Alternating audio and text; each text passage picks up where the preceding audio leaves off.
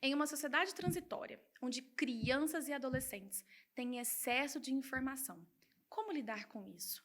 Mas espera aí, onde adultos também têm excesso de informação e a gente não consegue lidar com tudo isso ao mesmo tempo. As emoções, um desequilíbrio emocional.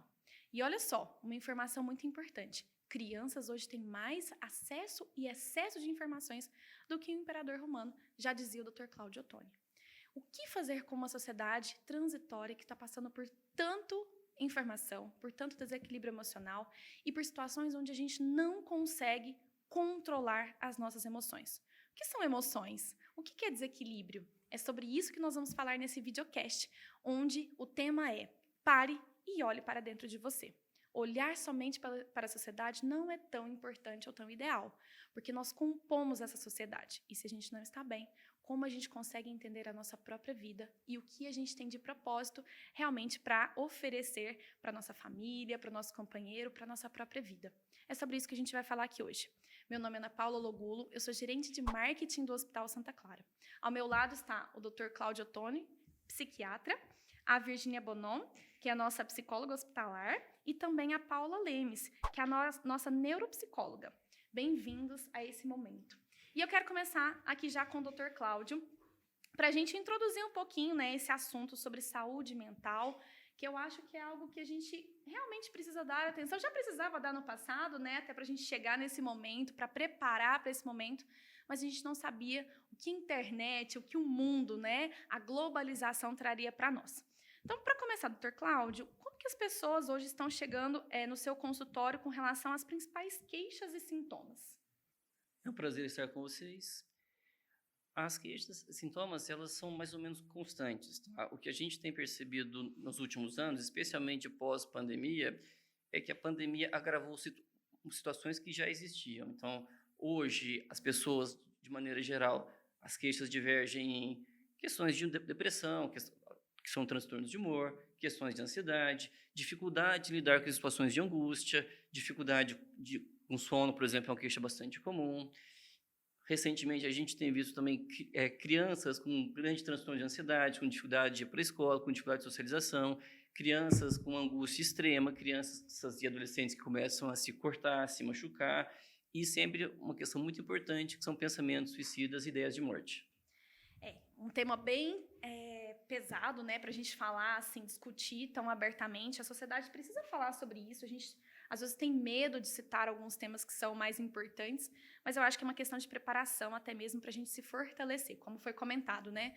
Uma sociedade transitória, onde a gente tinha uma força braçal muito grande, e aí nós estamos transitando para ter o quê? Uma mentalidade muito mais acelerada, né? A gente está falando aí de metaverso, a gente está falando aí de digitalização de tudo, processos que mudaram muito abruptamente, eu imagino, né? Eu vim de uma sociedade analógica, eu tenho 33 anos, né? Então eu entendi isso antes, mas crianças que nasceram totalmente no digital. E eu vejo essa transição justamente como uma fragilidade, né? A gente ainda não está forte o suficiente mentalmente, e por isso que acaba acontecendo tudo isso de uma forma mais acelerada, mais intensa, e principalmente eu acredito que quem esteja sofrendo mais são crianças e adolescentes. É isso mesmo? Eu não sei se a gente não está forte mentalmente. Eu acredito que muitas coisas de nossos hábitos e comportamentos não são saudáveis. Não é uma coisa de estar forte ou não, mas alguns hábitos, especialmente da vida moderna, são bastante prejudiciais. Excesso de informação, excesso de estimulação, baixo tempo de espera para você digerir as questões,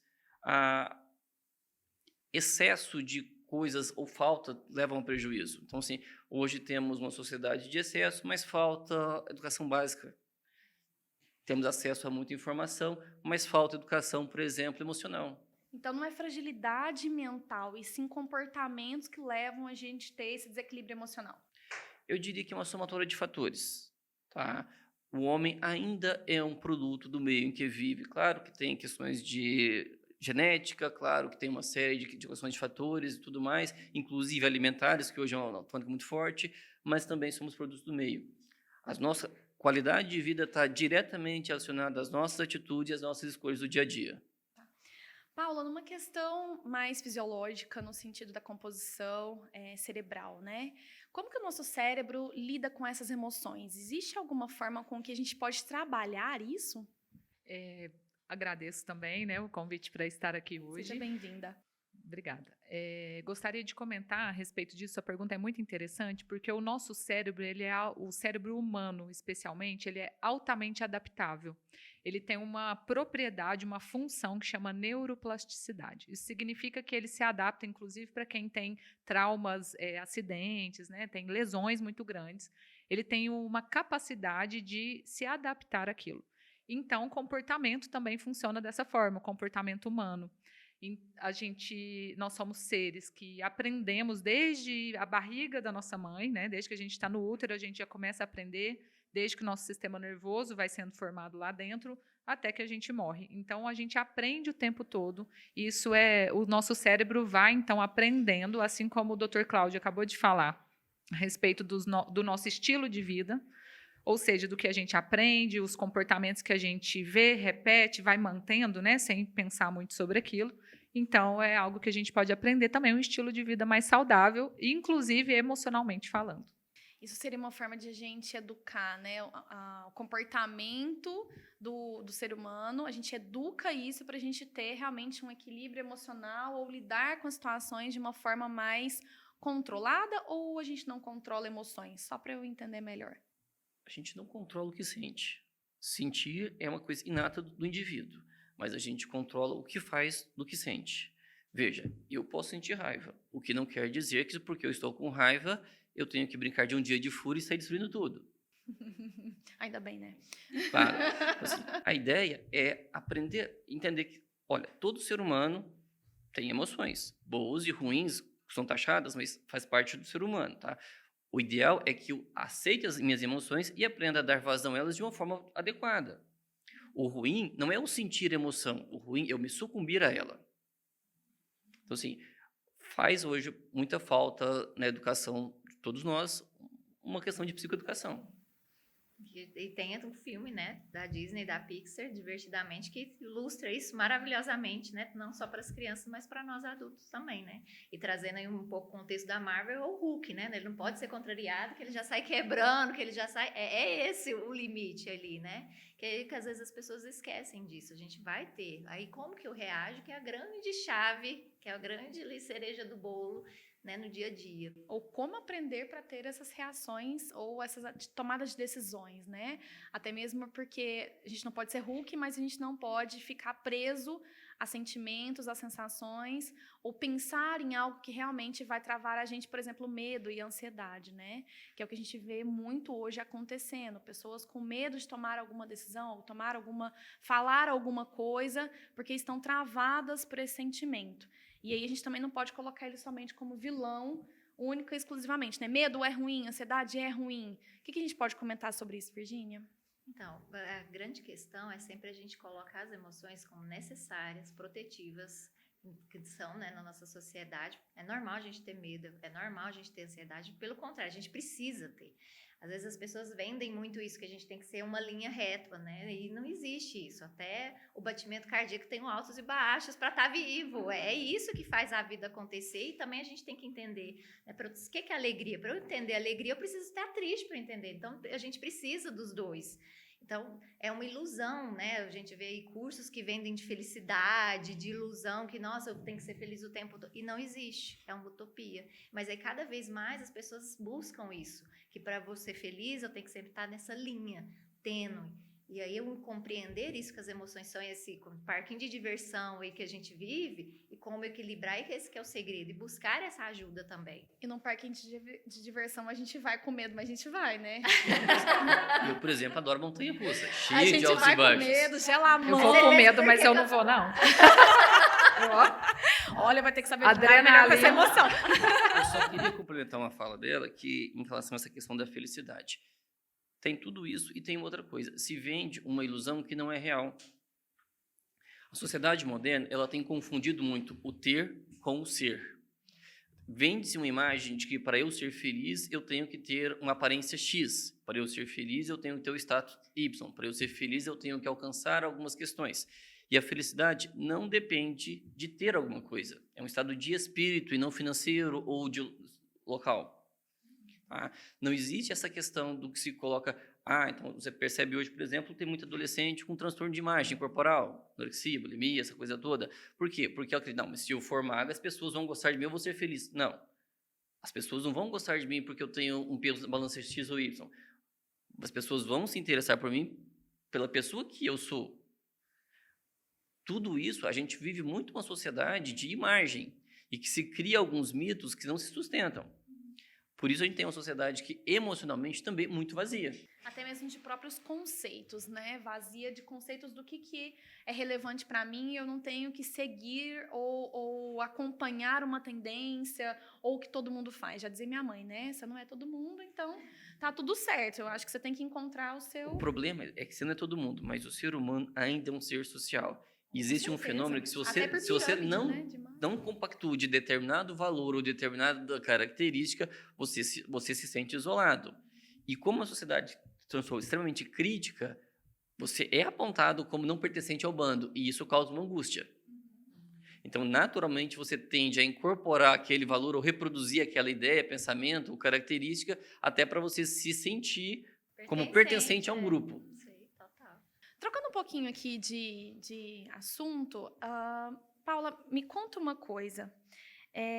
Com relação à quantidade de estímulos que nós temos hoje, visuais, de smartphones, TVs, telas, né, no geral.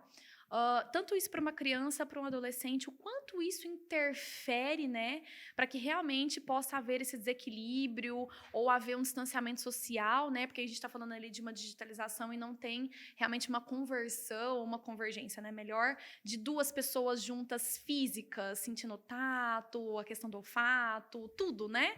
Eu acho que a gente transforma um pouco as experiências. Como que essas telas e o mundo digital vem aí mudando os parâmetros cerebrais hoje para a gente entender emoções?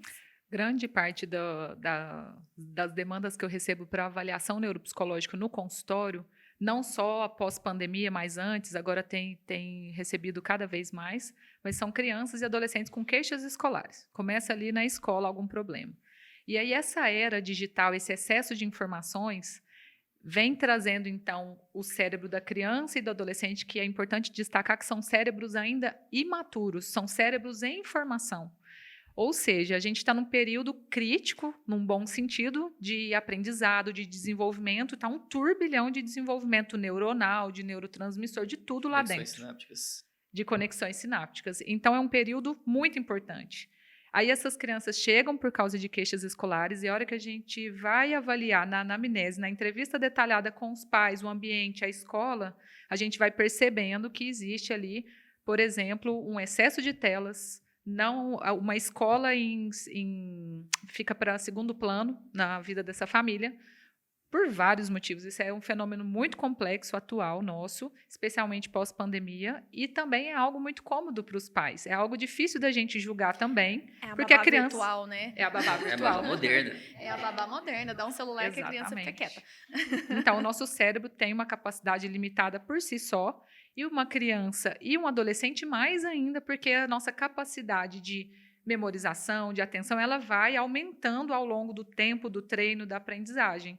Então, a gente tem um certo prejuízo, sim, inclusive cognitivo. Isso não quer dizer que tem déficit cognitivo, mas a gente tem problemas em relação a esse funcionamento justamente pelo excesso de telas, essa exposição. Não é que elas fazem mal, né? Há um desequilíbrio entre o físico, o digital, o social, de ficar numa conversa. Há uma habilidade que a gente tem que ter realmente uma flexibilidade em todos os campos, né? Não só flexibilidade, a gente tem que ter equilíbrio em todos os campos. A água é importante para a saúde? E muito. Se eu ficar caindo na piscina, eu morro afogado. Também. Então, sim. E eu não sei nada, eu morro afogado com certeza. O que eu estou dizendo é que telas não são ruins. Tecnologia não é ruim. O desequilíbrio, o excesso é.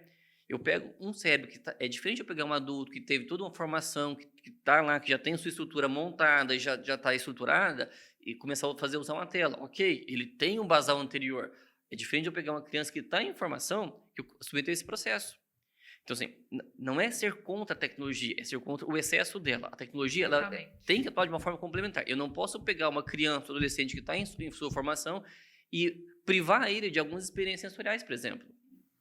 Senão você cria a criança numa bolha, né? Então, Exato, e mais ainda, a gente tem hoje visto muitas mães que chegam no consultório para dizer, meu filho é autista, porque meu filho tem problema de comunicação, mas quando você vai olhar, bom, não é que ele tem uma doença invasiva do desenvolvimento, ele tem simplesmente, não está desenvolvendo habilidades que ele deveria estar. Quando a gente era criança, a gente brincava na rua, conversava com... Não tem mais isso, a criança é criada hoje num apartamento com a tela. Isso priva ele sensorialmente de uma série de experiência e desenvolvimento. Isso vai ter um impacto muito grande lá na frente. Quando, como? Não sei dizer. Virgínia, me conta um pouquinho a nível de hospital, como a gente está vivendo, recebendo esses pacientes, como estão chegando pessoas, né, precisando de ajuda hospitalar no nível de auxílio psiquiátrico, né? Hoje a gente tem realmente uma atenção especial para isso. Como funciona isso dentro do hospital e como as pessoas estão chegando realmente para um atendimento hospitalar? No hospital, a gente tem essa preocupação com a saúde mental, que a gente oferece serviço tanto da psicologia, da psiquiatria, entendendo esse contexto.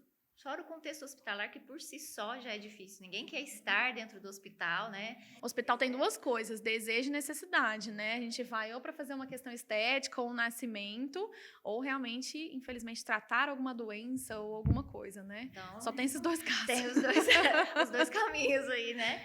E às vezes até num caminho bom pode não ser um desfecho favorável. Isso também pode acontecer, né? E teoricamente teria, vamos supor, um nascimento e ter um óbito, pode acontecer. E ainda assim gera ansiedade e medo por algo que nunca passou, uma nova vida que está chegando, está tudo certo, né? As experiências também são intensas, né, no campo de desejo, quando a gente fala de hospital. E aí, a gente trazendo essa questão, né, da pandemia, as pessoas também ainda estão com medo de ir para o hospital, né, fantasiando, às vezes, né, na imagem, né, várias coisas do que ficaram da pandemia, ou então com algumas sequelas emocionais, ou então estresse pós-traumático, porque perderam pessoas em processo de luto.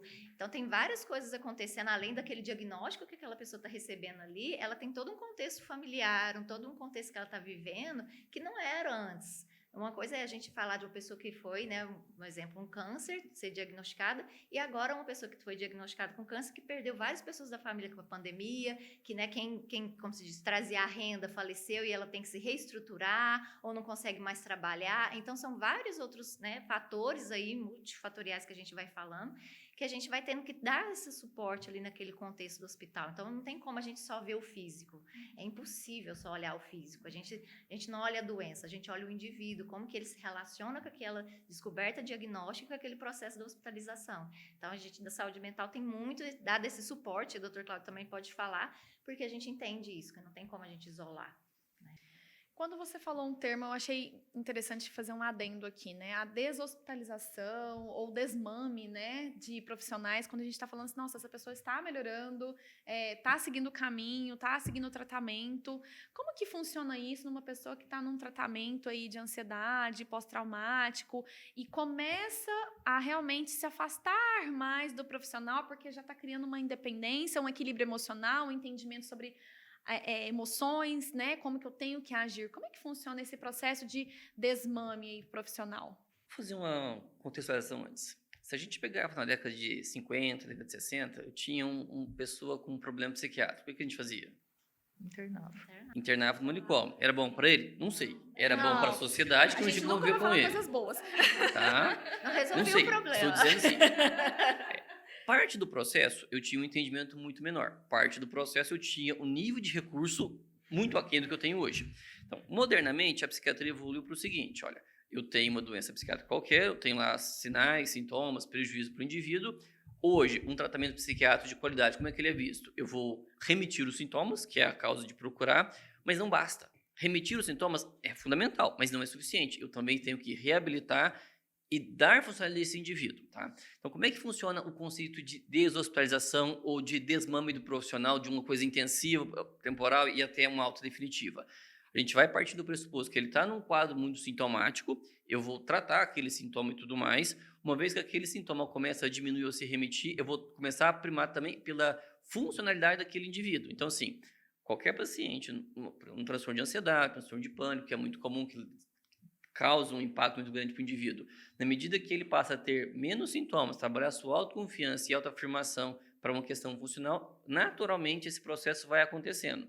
Ele não precisa estar num hospital, num ambiente intensivo. Ele pode retomar gradualmente os cuidados da sua própria vida. Eu gostaria de acrescentar ao que o Dr. Cláudio falou, a ideia do trabalho multiprofissional, que é extremamente importante, né? No consultório eu trabalho muito com essa ideia, muito próxima dos psiquiatras aí, dos profissionais da medicina e também com outros colegas da psicologia, para ter um olhar um pouco mais integral, porque nós somos multifatoriais, a gente está falando isso o tempo todo aqui, né? Influenciados por várias coisas ao mesmo tempo. Então, um olhar de pelo menos 2 profissionais já enriquece o tratamento. E dentro do consultório da psicologia, a Virgínia pode complementar aqui a minha fala, vai ocorrendo nesse desmame, nessa melhora do paciente, um esvaziamento de conteúdos. O que é isso? A pessoa vai tendo menos demandas, ela vai perdendo a importância da terapia, mas num bom sentido, né, da psicoterapia. Ela diminui, a gente começa a espaçar a terapia que era semanal para quinzenal, depois mensal, até dar uma alta, e a pessoa já está, como ele falou, né, reintegrada, já está adaptada, já está funcional ali nas funções mesmo do dia a dia. Sim, total. Já que vocês comentaram sobre uma questão multifatorial, multidisciplinar, quais são, né, as abordagens terapêuticas e as diferenças delas, né? Para a gente entender até mesmo, enquanto, né, paciente, indivíduos, quem eu procuro, quando eu procuro, né? A quem eu me associo para pedir um auxílio realmente profissional. A gente tem questões no livro, mas cada paciente ele é único em si mesmo, tá? De maneira geral, a psiquiatria, eu já falei isso antes, mas o psiquiatra é mais ou menos um facilitador de um processo, tá? Então, qual é a indicação de eu estar um tratamento psiquiátrico intensivo? É um sintoma intenso que traz prejuízo, que traz sofrimento ou que impacta a vida daquele indivíduo, tá? Então, eu vou entrar com um tratamento farmacológico, por exemplo, embora um psiquiatra, por formação, também pode fazer um processo de terapia, de tipo psicoterapia. Mas vamos lá. Então, assim, eu tenho um paciente, um exemplo só para a gente entender. Eu tenho um paciente que está em crise de pânico. Crise de pânico não é algo perigoso, mas é extremamente desconcertante e desconcertável para o indivíduo. Assim, uma coisa que, para o seu pior inimigo, você não quer que ele tenha. Tá? Então, assim, ele vai fazer uma terapia? Vai. Ele vai fazer uma reabilitação? Vai. Mas aquele sintoma está presente. Então, assim, e aquele sintoma é limitante. Então, eu vou entrar com medicação para quê? Para que aquele sintoma dê uma aliviada, para que ele consiga trabalhar essas questões. Então, de maneira geral, eu não vou curar a ansiedade do indivíduo, eu vou trabalhar um sintoma para que seja possível ele se adaptar àquilo e desenvolver, através de outras terapias, de outros profissionais, ferramentas psíquicas para lidar com as próprias angústias. É uma ferramenta, né? Um meio, né? A medicina já é meio para conduzir o paciente para uma vida saudável ou para o objetivo que ele realmente queira, né? Então bem depende dele, né? Sim.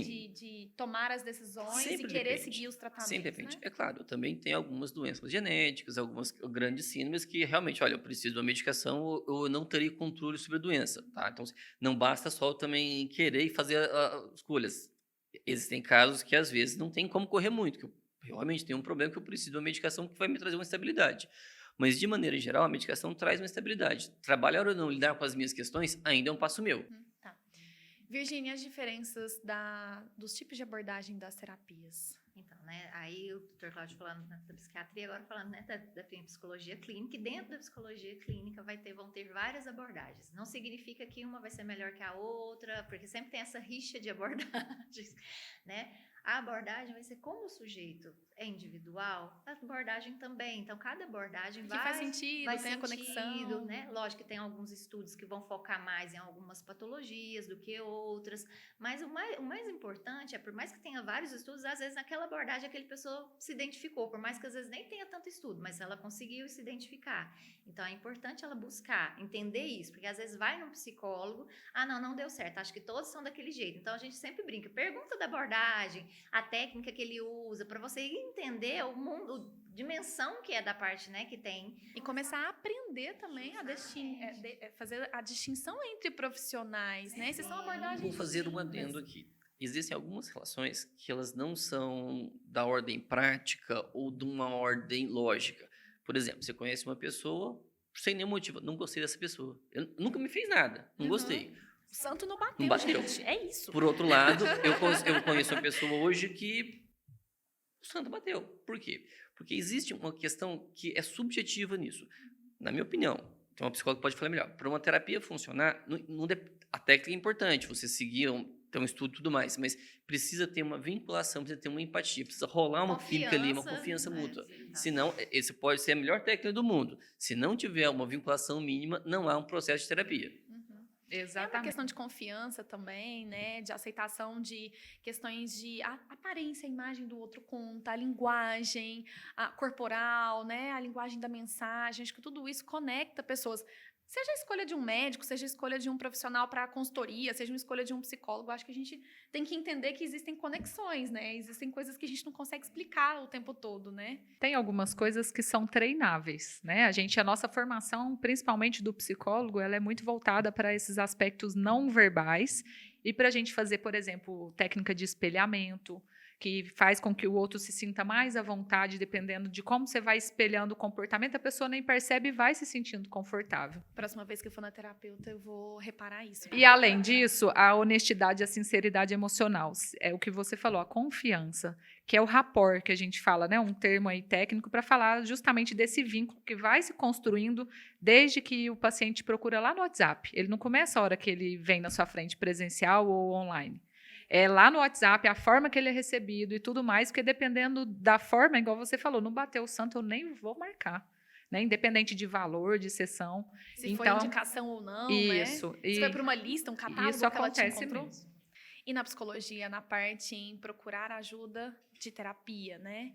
Ainda existe essa questão de, meu Deus, esse mito, né? Não quero procurar uma psicóloga porque eu estou mal ou porque eu estou doente. Como é que chega, né, esses pacientes para vocês nesse sentido e também com relação a sintomas? Eu vou falar do consultório particular, a Virgínia fica à vontade para falar do hospital, né? Sobre essas demandas. No consultório particular, eu percebo que tem um pouco menos desse estigma do psiquiatra. O psiquiatra é realmente ainda um pouco essa coisa do doido. Vamos quebrar isso hoje. Isso, vamos quebrar, com certeza. Porque não é bem assim. Então, dentro do consultório do psicólogo, tem muito essa coisa um pouco mais atenuada, mas ainda, vez ou outra, aparece, mas concordo com o Dr. Cláudio, muito menos e tem mudado muito, e a mídia tem ajudado muito nessa desestigmatização aí da saúde mental. Ainda bem, né? Porque as pessoas que estavam em sofrimento aí sozinhas estão procurando mais. E eu percebo um perfil desde crianças, adolescentes, pelo menos no meu consultório, e adultos, que eu atendo, né, crianças, adolescentes e adultos, é mais os sintomas ansiosos. E aí cada um vai ser de uma forma, porque a gente fala de ansiedade como se tivesse uma forma única, e não é. Cada pessoa manifesta da sua forma, na sua cultura, nos seus valores, que é o que vocês comentaram. Então, percebo um perfil ansioso, aparece mais no consultório e problemas de relacionamento amoroso. É as duas queixas assim que mais aparecem. Só. Casamento, principalmente em adultos. Que legal. Aí o homem procura, as queixas que eu recebo, o homem que adere à terapia, aí meses de terapia, geralmente é problema no casamento. Olha só. É o que mais chega para mim. É mais fácil ele focar o problema numa questão externa, o casamento que não está bom, do que eu entender que eu tenho algumas fragilidades internas, algumas condutas que são questionáveis. Exatamente. Quando eu estou no objeto é mais fácil do que quando voltar para mim. Vamos fazer uma brecha aqui, então, aspas, entre parênteses. Homens, prestem atenção nesse vídeo. Procurem entender até uma questão pessoal, né? Uma questão de aceitação, de limitação, ou de entendimento do que eu gosto, onde eu quero estar, onde eu quero, né? O que traz felicidade. A gente estava falando sobre isso, né? Um pouco mais cedo. Sobre a felicidade, eu preciso entender o que é tristeza. Sobre o sorrir, né? A raiva. A diferença disso, mas também entender, de fato, o indivíduo. Porque a gente não põe limite nos outros, né? A gente precisa também pôr limites na gente primeiro. Tem toda uma questão que a gente precisa entender comigo mesmo, né? Por isso que o nosso tema é pare e olhe para dentro de você, né? Antes da gente culpar o outro, o relacionamento, os filhos, a sociedade, porque a gente realmente precisa ter um entendimento do que faz a gente sofrer. O que me faz sofrer é diferente do que faz você sofrer, ou o que me deixa feliz, ou a forma com que eu aceito, né, o que eu recebo dos outros ou do mundo, né? Essa parte é importante. A forma como eu recebo muda muito a conduta. Exato. Veja, coisas boas acontecem com pessoas boas, coisas boas acontecem com pessoas ruins, coisas ruins acontecem com pessoas boas e coisas ruins acontecem com pessoas ruins. O fato é, a vida está acontecendo. Então, assim, a forma como eu lido com os meus estressores, a forma como eu lido com as minhas perdas, a forma como eu lido com os meus efeitos, vai impactar muito a qualidade de vida que eu tenho. Não importa quem você seja, que formação você tenha, quanto dinheiro você tenha, você vai ter que lidar com dificuldades. Faz parte da química da existência. E tudo bem. Isso não torna você melhor ou pior, torna você humano. Mas a forma como eu resolvo encarar esse problema e lidar com ele pode ser uma coisa que eu vou resolver tranquilo ou uma forma que vai impactar de uma forma tão intensa que vai me travar. Virgínia, e sintomas que estão chegando, né, de pacientes, e qual é a aceitação deles também? Opa, peraí, cheguei no hospital, meu Deus, eu tô, nossa, na pior estágio, na minha pior fase. Como as pessoas aceitam e entendem isso também? Agora, né, Ana, assim, é nova a psicologia hospitalar. Se a gente pensar na psicologia no Brasil, já é nova em comparação com outras ciências, e quando a gente fala de psicologia hospitalar, ela é mais, eu brinco, ela é um bebezinho em comparação com outras ciências, né?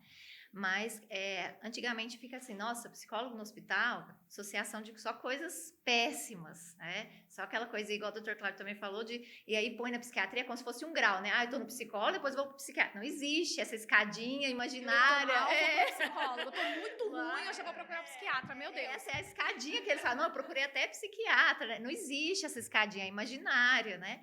E aí, quando a gente o psicólogo entra no hospital, traz aquela coisa, realmente eles vão para aqueles casos que a pessoa não tem jeito, os doidos, e não é nada disso, todo mundo tem psique, não existe ninguém que não tenha, você não tá vivo, né? Eu brinco assim, não tem como a gente separar. E aí, quando entra, né, e vê essa importância, aí as pessoas começam a entender por que a gente está dentro do hospital e que isso não tem como separar em momento nenhum, seja para uma criança e seja para um idoso. E aí, o que é legal, mano, que assim, o psicólogo hospitalar, ninguém chamou, às vezes, a gente bate na porta, oferece o serviço, tem protocolos, né, da instituição.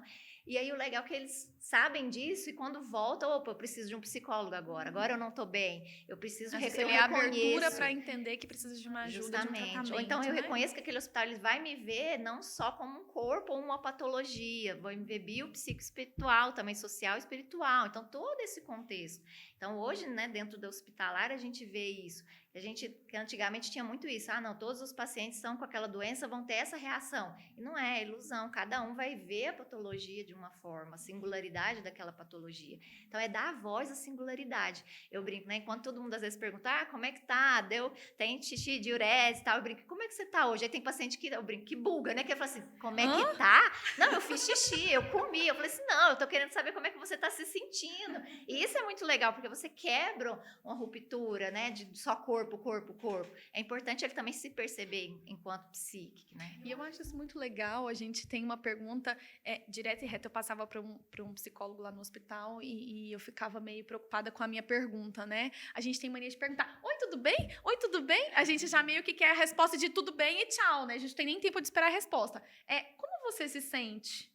Como você está hoje? Eu dou abertura para realmente a pessoa falar como ele está se sentindo. Mas nem pode ser tanto tempo assim. A pessoa tem que resumir rápido, porque eu tô com pressa, tem que andar rápido, né? Tem uma questão cultural também, porque assim, via de regra, essa pergunta existe na consciência coletiva, tudo bem, a resposta é tudo bem. Então, assim, às vezes a pessoa não para pensar como é que ela tá ou não. Tá muito no mecânico também. E o hospital mais ou menos a brincadeira que ele fez mais cedo comigo, né? Não pensa no elefante.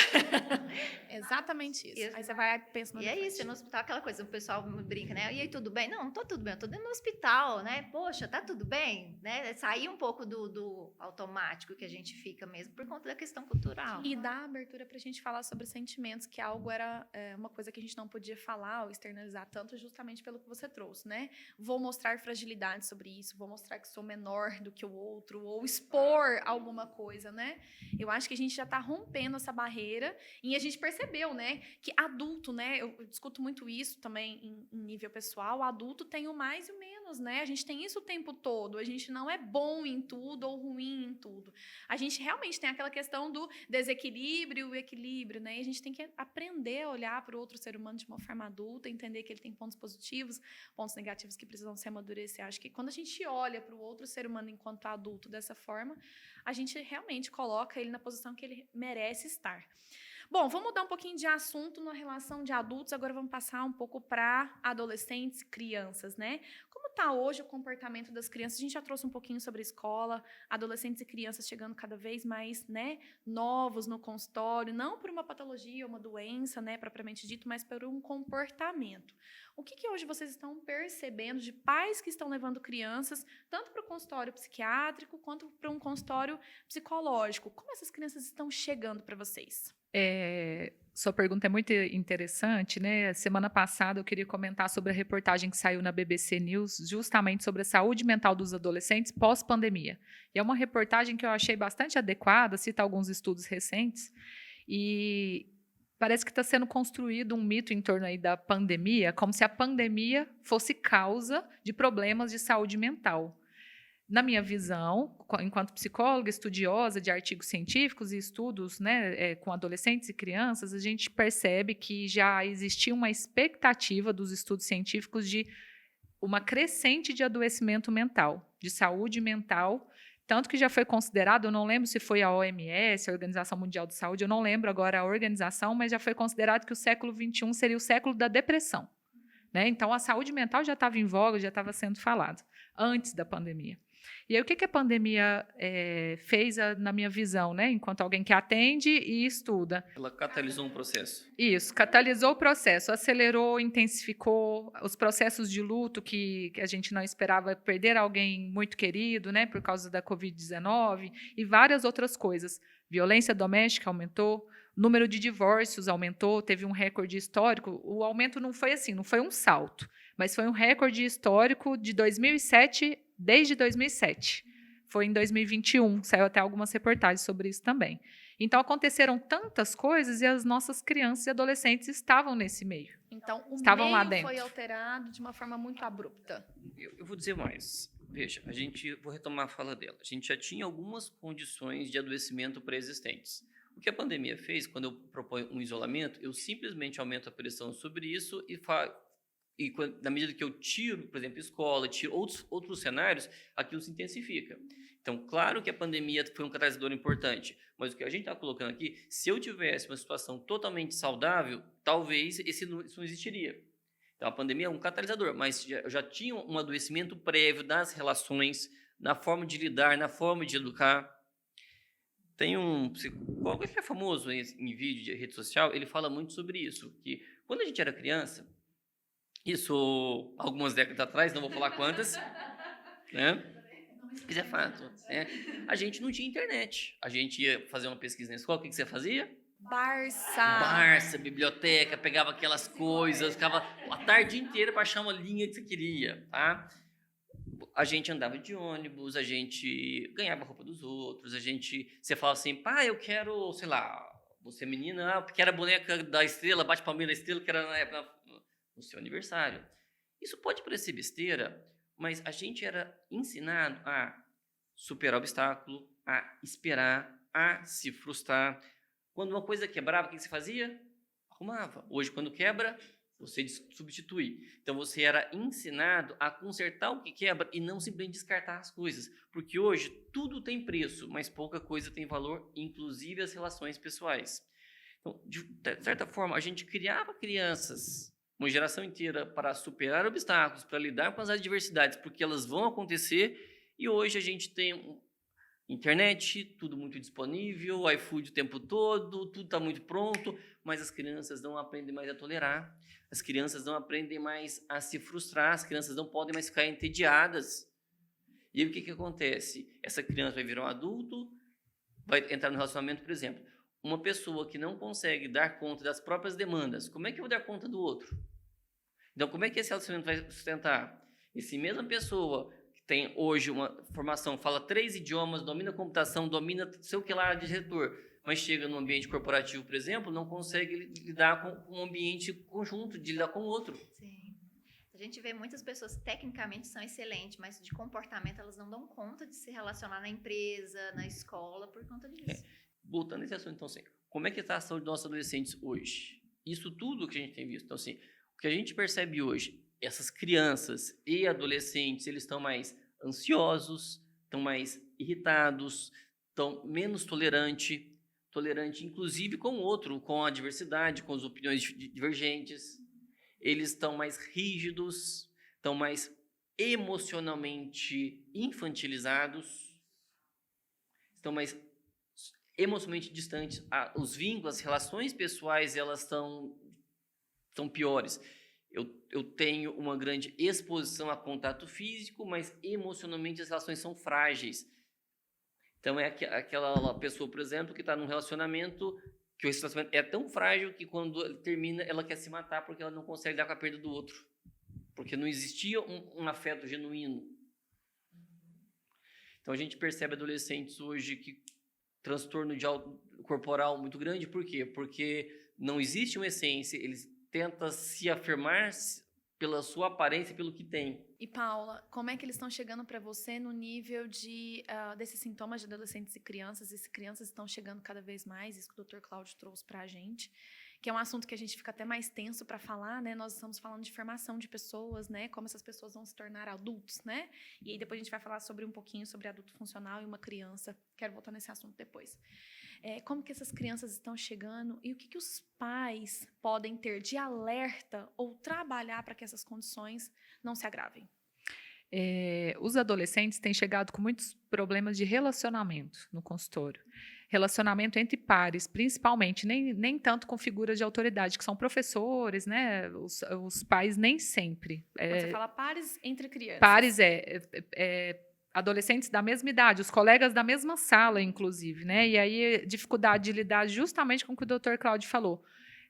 Chamam de exclusão, coisas que às vezes antigamente acontecia e não era tido dessa forma, esse estigma, né, da exclusão do colega, que às vezes ali não tem aquela química, o bater o santo que a gente falou, mas é visto de uma forma muito intensa pelos adolescentes.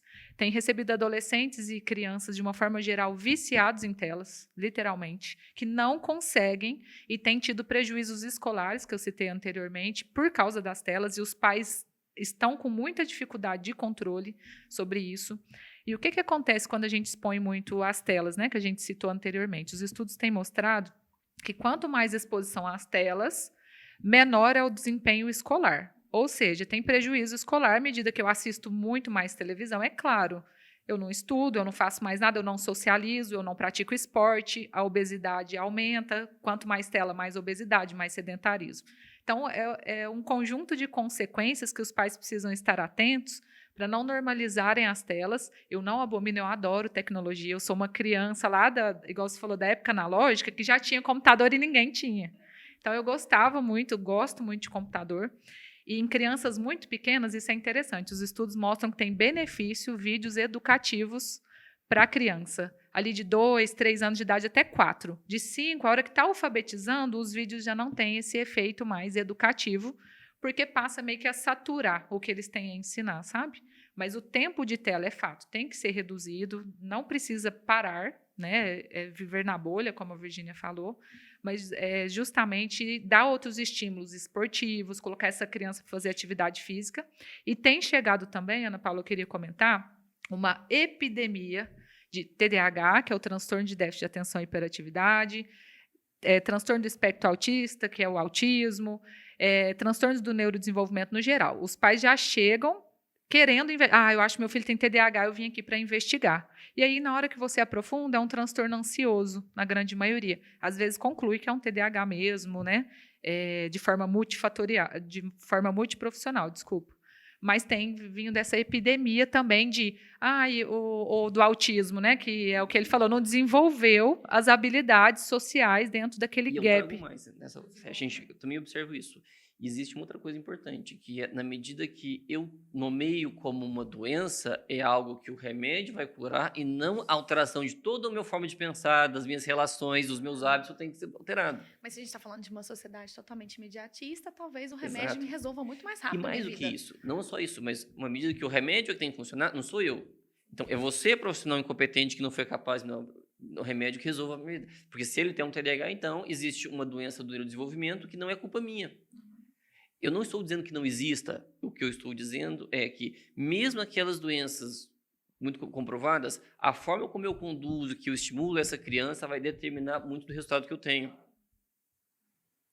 Eu não sou contra a medicação, sou um alopata convicto, mas o que eu estou dizendo é a gente está medicando excessivamente ao passo que não estamos mudando a causa do problema, que são as nossas relações e nossos hábitos. Uhum. Estilo de vida, como você falou, né? Uhum. E a gente está falando desse imediatismo, eu até abri aqui meu smartphone, tem um palestrante que chama Marcus Piangers, não sei se vocês já ouviram falar, ele é um pai.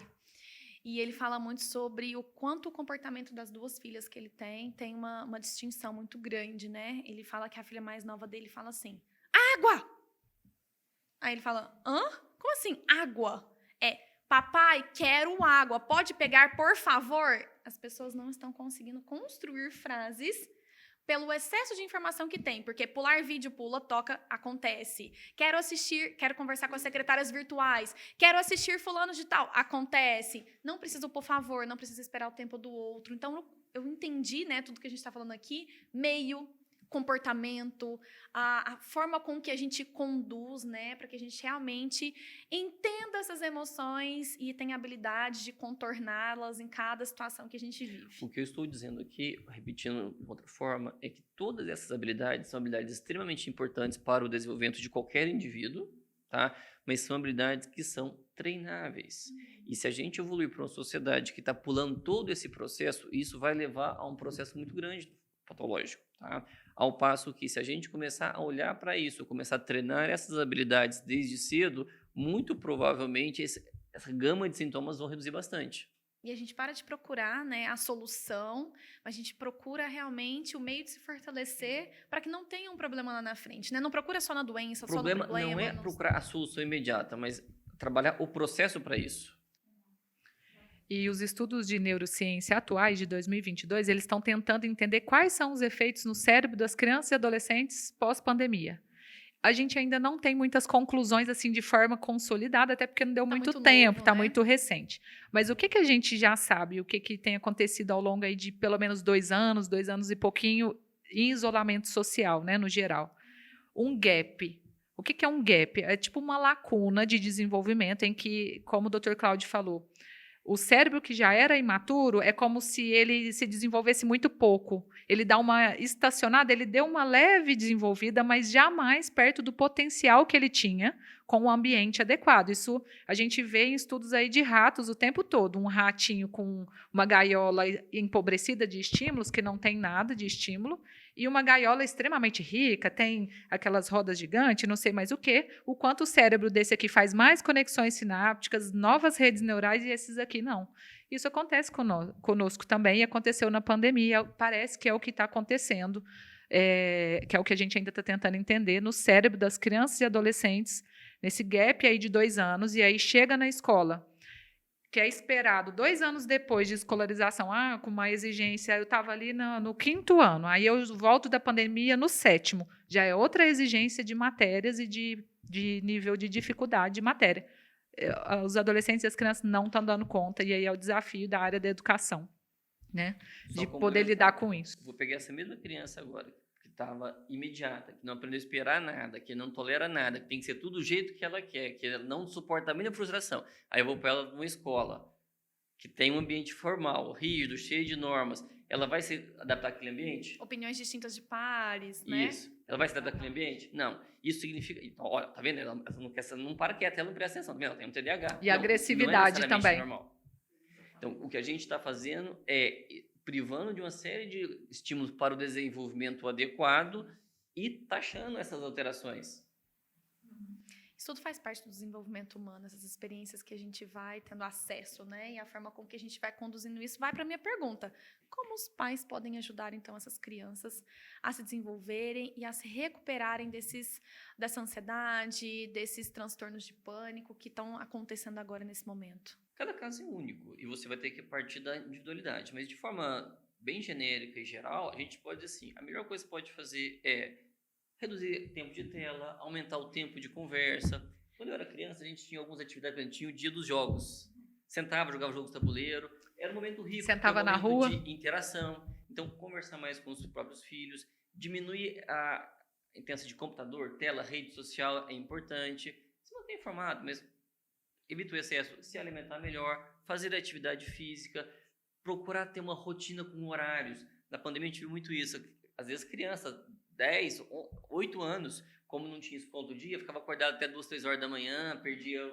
Isso é muito ruim para o desenvolvimento. Então, manter uma rotina de horários mais ou menos pré-estabelecidas. E é importante destacar nisso também a ideia, de novo, o nosso cérebro ele aprende muito fácil e rápido. Ou seja, ele aprendeu de determinada forma, no isolamento social, aprendeu alguns hábitos. Para voltar nesses hábitos, não adianta a gente só falar, pai, mãe, vai e faz isso, tira a tela. Você vai arrumar um problemão com seu filho. Porque o nosso cérebro está acostumado, dá prazer mexer em telas, em várias outras coisas. Qual que é a grande dica, né, de ouro aí do dia a dia? Fazer isso como um processo, enxergar como algo gradual, vai diminuindo, diminuindo, diminuindo, que a sua criança vai acostumar, ela vai responder bem, e você negocia, mas colocando outra coisa no lugar. Porque nenhum ser humano gosta de perder. Isso é comportamental puro. Então, coloca algo prazeroso, lúdico, um momento com a família, um esporte, qualquer outra coisa, um passeio. De fato, tem a atenção de 100% de todas aquelas pessoas, né, que estão naquele momento. Para que eu não perceba que você está no telefone, mas eu não posso ter a condição de estar também, né? Que esteja todo mundo de corpo presente ali. Também não adianta eu querer impor uma regra na família e não seguir a mesma regra. Então, eu estou falando que não pode ter tela, mas eu fico no celular o tempo todo. Exatamente. Não rola também, um grande problema com os adultos, pai e mãe. E é engraçado que quando tem que mudar um hábito, né, em uma pessoa da família, não muda na família, não muda na pessoa, perdão, né, muda na família inteira, que seja sobre alimentação, que seja sobre comportamento, né, enfim. Só uma última pergunta, existe diferença entre tratamentos psiquiátricos e psicológicos em adultos e crianças? Existe. A criança não é um adulto em miniatura, a criança é um ser em formação, é um ser que até a própria fisiologia é diferente, então você... Para qualquer tratamento, independente, se é psiquiátrico, psicológico, clínico, ou o que seja, você tem que ter em mente a questão do próprio desenvolvimento. Então, a dose de medicação que eu vou usar é diferente, o tipo de medicação que eu posso não posso usar, o que está formado, o que não está formado, eu tenho que levar tudo em consideração. Mesmo a terapia, eu acho que parte do princípio comum. Acho que é uma questão muito importante que, trazendo aí, a gente desvalida muito o que as crianças sentem. É por conta disso. Antigamente tinha essa ideia, o Dr. Cláudio trouxe, de que ele é um mini adulto. Então, ele já sabe, né, e não entende que é um cérebro imaturo, que está em desenvolvimento. Então, tira total o que ele está falando. Olha, está doendo, está incomodando. A gente não escuta essas questões psíquicas das crianças. É muito mais aquela questão, né, que é mais o inglês, né? A pessoa fica lá, qual que é essa cor? Qual que é isso? Mas não explica para a criança, você está triste. Isso é estar triste. Não tem isso nas escolas. E isso é uma gama assim, enorme que tinha que ter. É uma das coisas que a gente fala muito da psicoeducação, que falta demais. E os pais também, né? Eu falo, as agendas de criança estão mais tumultuadas do que adulto, que tem inglês, alemão, não sei o quê, mas está aí o momento dele sentir o que realmente ele gosta e o que aquele momento da família não tem. E aí isso vai colaborar e corroborar com a questão psicológica e do tratamento total. Não tem como eu querer comparar uma criança e uma adolescente. São processos totalmente diferentes de desenvolvimento e fase também. Cada fase também que ele está, isso já, né, a gente já tem estudos para isso, que comprova aquela fase que é esperada e aquela fase que também com que ele está percebendo. Não dá para você trabalhar com uma criança, especialmente uma criança pequena, de uma forma muito lógica racional. Você vai ter que trabalhar de uma forma lúdica. Sim. Da mesma forma, se eu for abordar um adulto de uma forma lúdica, o cara vai olhar para mim. Qual é? Tá me zoando, né? Não, sim, porque assim, a gente tem que entender que eu tenho que acessar aquele indivíduo. Eu vou ter que usar o recurso necessário para atingi-lo. E normalmente nos atendimentos a gente usa, por exemplo, em hospital. O que é, vamos supor, o personagem que aquela criança gosta, que faz sentido? A gente tem que entrar no mundo daquela criança, a mesma coisa de adolescente. É jogo? O que é que está mais, né, envolvendo ali mangá e tal, para fazer sentido. E adultos também, né? Qual foi a composição social e familiar que você viveu para chegar até aqui, até mesmo para entender e acessar, né? Eu acredito que isso deve acontecer de novo, né? Por comportamentos que são gerados ao longo da vida, você vai realmente entendendo o outro indivíduo. Eu ia complementar justamente com a ideia do lúdico. Na psicoterapia infantil e de adolescentes, a gente usa e abusa do lúdico, que é o que a gente acessa na linguagem delas, e também envolve os pais, necessariamente. Né? É a grande diferença dos adultos, que os adultos nem sempre têm os pais, né, para a gente chamar. Mas adulto é muito comum, igual eu falei, queixa de relacionamento amoroso, às vezes envolve o cônjuge na terapia de adultos. Se for o caso, se for as grandes queixas, né, do relacionamento.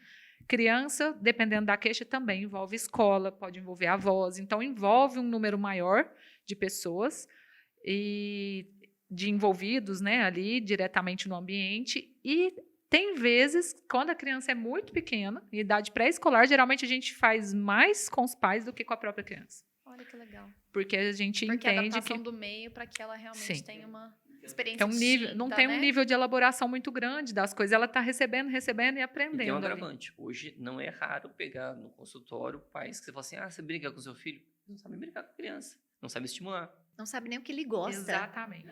Não Isso sabe. não é de agora. Isso é desde que eu fiz estágio na faculdade lá atrás, há 12 anos atrás. Quando eu fiz estágio, o que eu aprendi com a professora orientadora no estágio foi ensinar a filha e a mãe a brincarem juntas. Foi isso que a gente fez, sabe?